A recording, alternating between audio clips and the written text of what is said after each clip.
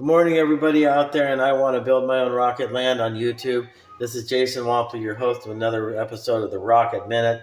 I made a mistake with a material selection of the latest four-powered four-engine rocket I'm making. The one I made last night.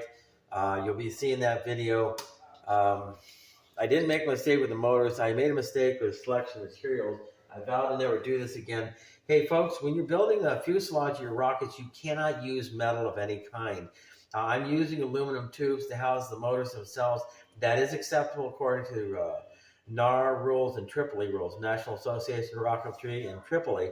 You can barely get away with that. You cannot use metal nose cones, metal body tubes, or metal fins. You're supposed to use alternative materials, including but not limited to Kevlar, fiberglass, reinforced craft paper, even Schedule 80 PVC, which right now I can't find, which is the strangest thing because the whole aerospace industry seems to be following me silently because I guess I'm the only one who knows how to design rockets, and I'm not getting paid for it. But every time I use a favorite material, suddenly the material becomes unavailable only because I think everybody else is watching me use the material and they want it for themselves. So, and of course, these people probably end up paying a lot more for this material than I do. So the industry is kind of a follow the leader sort of thing. It's kind of a compliment to me if I'm not entirely delusional about this. All things being equal, however, I do have my sources. I'm not entirely sure, however, if I'm going to keep revealing my sources for body tubes until such time as I got this situation under control and I figure out what the hell is going on. I cannot get my hands on Schedule 80 4-inch diameter body tube. Well, I can. There's a little shipment of it at the Costa Mesa Home Depot on Harbor Boulevard. The fact that I mentioned that and somebody's going to get wind of it, some aerospace company builds sounding rockets themselves. They're going to shoot on over there, buy up the whole supply, and I'm not going to be able to get my hands on it. So I'm going to have to figure something out. So I'm going to have to really scratch build everything, which is a blessing in itself because I'll be able to show you how to scratch build your own rockets for pennies on the dollar. It's labor intensive, but if you got the time and you're willing to put in the labor, you can build your own rocket for less than $15. Some of these kits are upwards of $100, $200, and even $300. Finished kits on eBay can cost you anywhere from $50 to $400. If you go in, you get a level 2 rocket kit at a hobby store. If you can find one, they're going to set you back about roughly a little under $100. Considering the fact you still have to get an initiator, you have to get motor systems, you may or may not have to get another parachute, paint, decals. That can add up to well over $200 or $300 just for one rocket. And I'm showing you how to do it literally for like less than $50 out the door, including your launch control unit. And by the way, don't follow anybody's example for launch control units. Everybody is doing things is absolutely positively expensive as they possibly can. It doesn't make any sense to me when you can go to Lowe's Hardware and Harbor Freight, buy a utility box, buy some 80-cent piece gray plastic gangs and some 88 cents a piece switches. AC switches handle alternating current up to 110, 125 volts. The average alternating current power rating for your today's average smart home, at least in the state of California. You can get those switches for as little as 90 cents a piece, and they handle DC current. You can make something that handles AC current. You can plug it into the wall somewhere in a controlled environment, test a rocket, test a motor, or you can plug them into DC power, a battery, and they'll work just the same. You can buy extension cords, flay them open, use the green wire, which is ground, black wire, which is live, white wire, which is neutral. You can wire up a box instead of buying spools of wire. You know, folks, retailers have got what's called gold dust fever. And if you know how to shop, I'm going to show you how to shop and get stuff real cheap. Because right now retailers are playing around with the consumer's patience, and they're trying to take your pocketbook. Like I said, this isn't a consumer advocacy channel, but I'm kind of getting a little fed up with how expensive things have become. And these people following me around, using up all the materials that I recommend and taking them away from me and limiting my ability to build rockets and of course, teach these lessons on this YouTube channel, The Rocket Minute.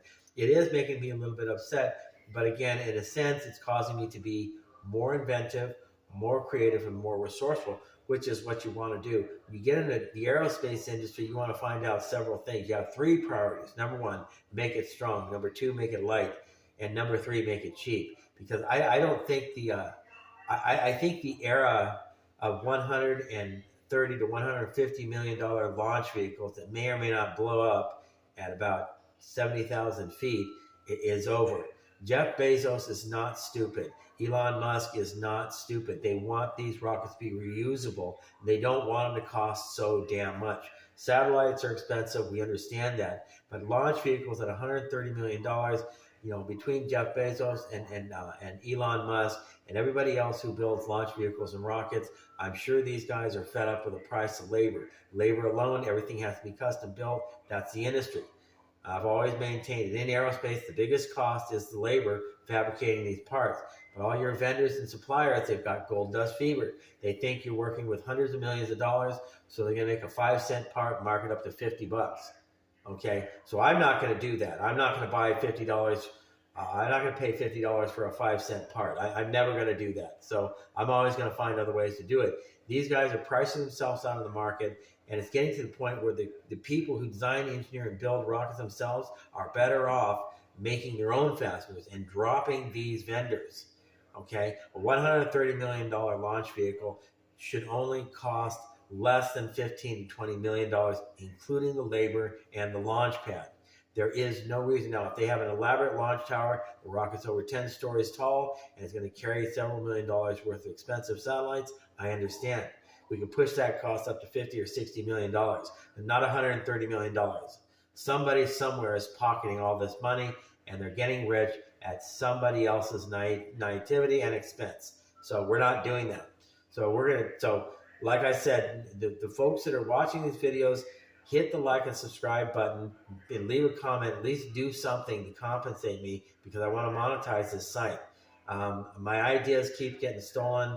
I'm not upset about it. I'm actually kind of flattered. But I built rockets in the past. I left them out near the alleyway at my old place at 3000 Royal Palm Drive in Costa Mesa. I came back 30 minutes later. I swear to God, they were gone. The rockets, if I build a rocket, I give up on it, I leave it somewhere, it is gone. I mean, it disappears. It never to be seen again. It's almost like I have people following me around, spying on me, and rooting through my trash, seeing if they can get some good ideas. Nobody in the air industry has ideas except for myself. Other people do have ideas, but they're suppressed. They're not given the opportunity to get into aerospace, because I'm not the only one with any kind of talent. But the whole industry is being run like the rest of the crappy industries and corporations in the United States, whereas people are thinking about the almighty dollar instead of thinking about doing things correctly. So anyway, so that's my daily rant. I'm not going to say anything anymore. All I'm going to do is I'm going to go ahead and condition the surface of this tube, and I'm at 8 minutes, 11 seconds, so that I can stick those motor housings to it. Let me go get those. Hold on a second.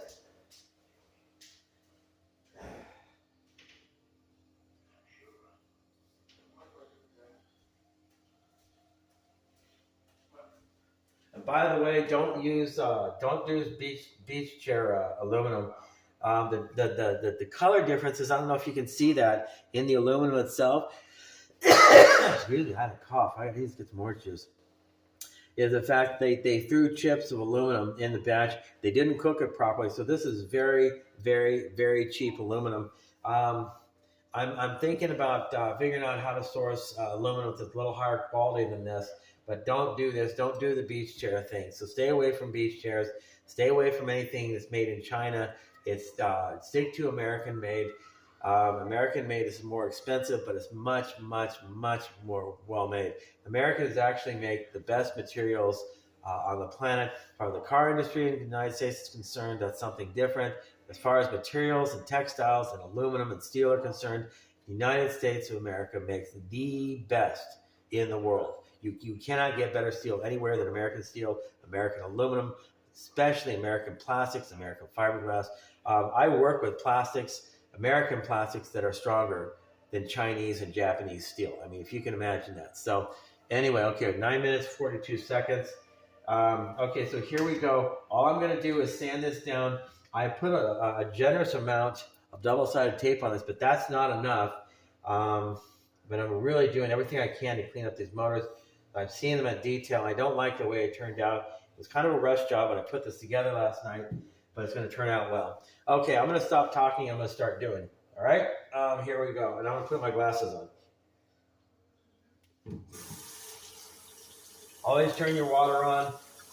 Close the window because I want to hear the neighbors. I want the neighbors to hear what I'm doing. Here we go.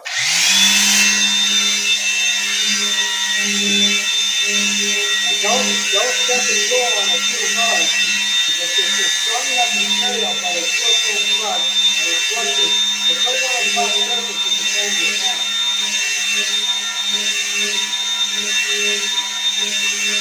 Now you see how this color is kind of go opaque? It's big line. It's going back and forth until it's completely covered. Water the paper is the other so often. Keep the water running. Keep the dust down in your work area.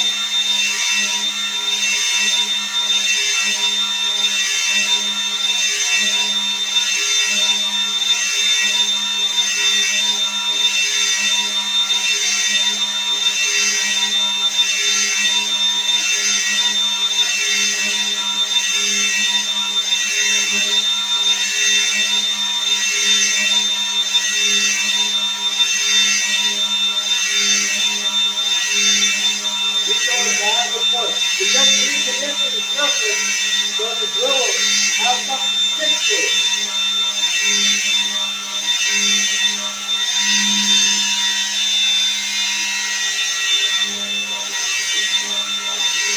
Back and forth. And that's just before the other here.